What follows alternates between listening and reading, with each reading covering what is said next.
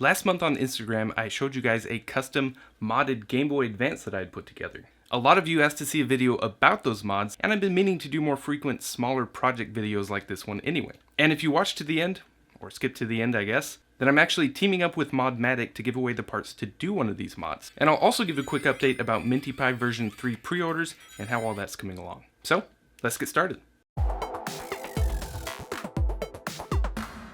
The original Game Boy Advance is one of the most popular iterations of the Game Boy. And even though it has a huge library of great games that still hold up today, the system itself just has not aged well, especially in 2019. There's no backlight, so if you want to play a game in the dark, you either need a flashlight or one of these ridiculous attachments. And it was also the last iteration of the Game Boy that didn't have a built-in rechargeable battery. Now these mods that I'm going to show you aren't anything new or unique, and there are a ton of them out there for all kinds of different things. There's one out there for giving it much louder, richer sound. There's another one for under or overclocking the CPU if for some reason you wanted to play games slower or faster, all kinds of things. But the screen and the battery were the big ones that I wanted to take care of. I actually got this beat up one for $20, doesn't even have a battery cover, but I'm going to be putting it in a new shell with a nice glass screen lens, so I didn't really care too much about the condition. So I'll start with the battery mod, which adds a rechargeable battery, and you can recharge it with a micro USB cable. This is the mod that we're doing a giveaway for, and I'll tell you how to enter that in just a minute.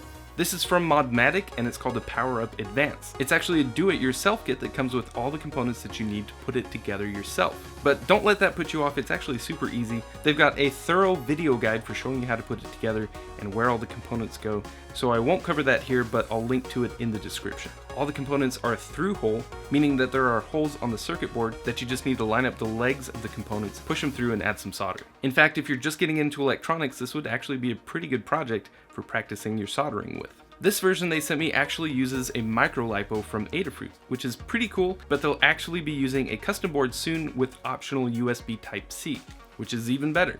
Mine also came with an 850 milliamp hour battery, which is good for about 6 or 7 hours of gameplay.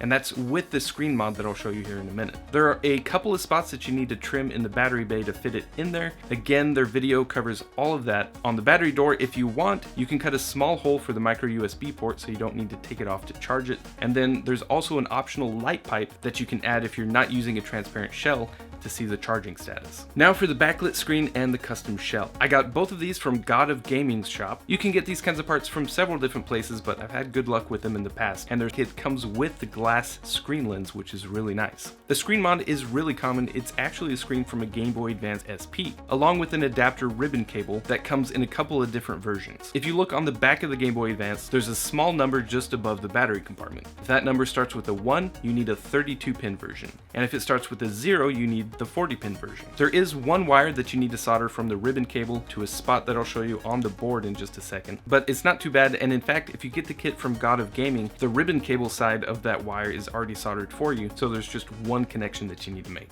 Now, the metal casing around the new screen is quite a bit bigger than the one that comes in the Game Boy Advance, so you need to trim several bits around the screen to make it fit. Another shop called Rose Colored Gaming has a really handy PDF that I'll link to that shows you where all you need to trim and actually walks you through this whole mod. So definitely recommend checking that out if you're doing this. One handy tip for working with the transparent shells: if you slip and you nick part of the shell, that's going to be easily visible from the outside, which is kind of annoying. But if you smooth that out and then go over it with a hot air gun, you can make that mostly disappear and save your shell. The ribbon cable adapter goes in with the connector facing upward, and then the other end of that wire is going to attach to the top left leg of this component here. See? Not too bad.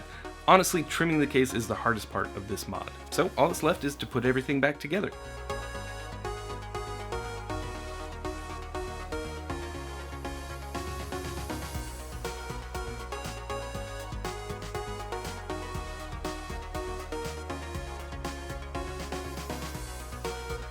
Like I said, if you're just getting into electronics or console modding, these are a couple of really good ones to get some practice with. You could easily do all this in an evening or two, and when you're done, you've got a really nice custom Game Boy Advance that's actually fun to play on in 2019. Now, as I said, I'm doing a giveaway with Modmatic for the Power Up Advanced rechargeable battery mod. To enter, visit the Instagram post that I'll link to in the description and follow the instructions there. It's really easy. And they were actually nice enough to offer a pre-built option for the winner, so if you win and you don't feel like putting it together yourself, you can do that. And all that you'll need to do is trim a couple of parts in the battery bay and you'll be good to go. So huge thanks to them for doing this giveaway. Now, as far as Minty Pie version 3, I've been keeping all my printers busy pretty much 24/7, printing out parts as fast as I can, and Helder's just about got all of his parts ready to start packaging up and sending out. So we should be able to start sending out pre-orders in the next couple of weeks. And pre-orders are still open, by the way, so if you want to get in on that, you've still got some time. Well, I think that's about it for this one, guys. The next video is going to be the Minty Pie version 3 build guide, so I'm going to get to work on that, and I'll see you guys soon.